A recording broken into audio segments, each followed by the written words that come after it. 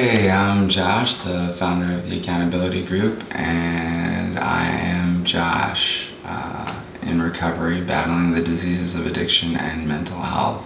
Today we'll be reading from Touchstones. It is August 21st, playing a little bit of catch up. So here we go. Many situations can be clarified by the passing of time. Theodore Isaac Rubin. Time heals our wounds. It teaches us lessons that cannot be learned in a day. It allows truths to rise to the surface that at first were difficult to see.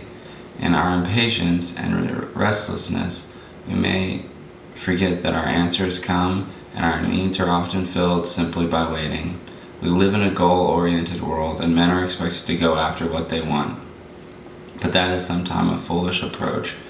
Our problems developed over time, and now recovery and growth take time. The learning we missed while we were absorbed in our excesses cannot be captured in a day. Anxieties and stresses come and go for everyone, but we often worsened our problems by trying to cure what would pass on its own accord. We are learning to live more wisely through our periods of stress by trusting in our care of God. Today, I will allow time to heal and correct rather than automatically reaching for a cure. Dang. I don't know if it was escapism or looking for a cure, but portion of my experience, strength and hope, my experience portion was I either wanted to escape the world or I thought it was like a cure-all, whatever it was that I was doing. It was curing and mending a broken heart. I would say 90% of the time it was because I didn't know how to handle my emotions. Like, they would overcome me and I didn't have the tools, I didn't have the outlets, I didn't know who to talk to, I didn't know what to do. I just, my emotions washed over me and I ran for the hills. Like, I just did what I knew was like my form of self-medication. Now I'm totally comfortable talking about my feelings. And the only reason I can do that is because A, I'm in therapy and I have a psychiatrist. So I have a talk therapist and I have a psychiatrist. And then I'm a member of 2 fellowships. So I have an extended network of individuals that I can rely on and who can rely on me, fingers crossed, I think so, over the years now, that, we can kind of hold each other accountable. But, yeah, that's been my strength, is that I no longer chase the bottom of any bottle. I no longer try to escape. I no longer try and find a cure-all, a magic bullet. If I need to cry, I'll cry. I have no problems being a grown man crying. I mean, I've cried numerous times. I think I cried this past week, like a little baby. Well, not like a little baby, but I cried a decent amount.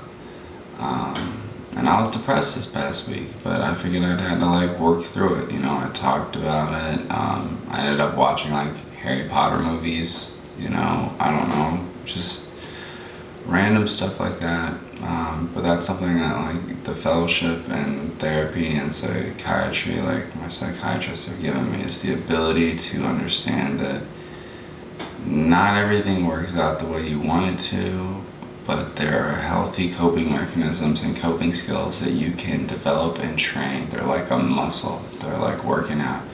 You just keep training them, and then you can go to them when you're in crisis mode. And that's what I hope for you.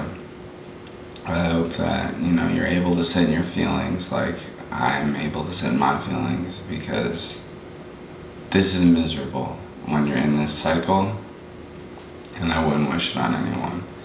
So with that, I hope that you subscribe to our channel, watch and like our videos, and please, please, please, as always, comment in the comment section. Tell us how your day is going.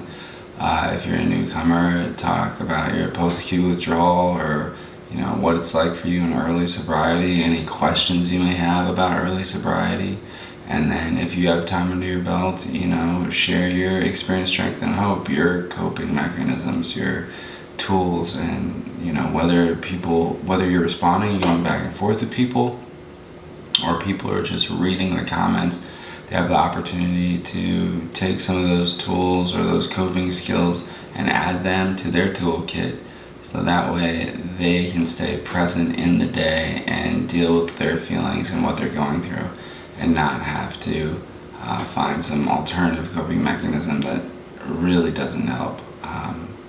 I know it never helped me. It only made my life worse. It only made things a lot worse. I hurt a lot of people. I hurt myself.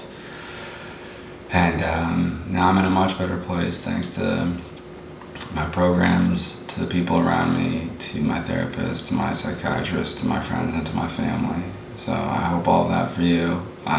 Feel free to check us out on Twitter at @tagbuildinghope and on Instagram at @tagrecovery.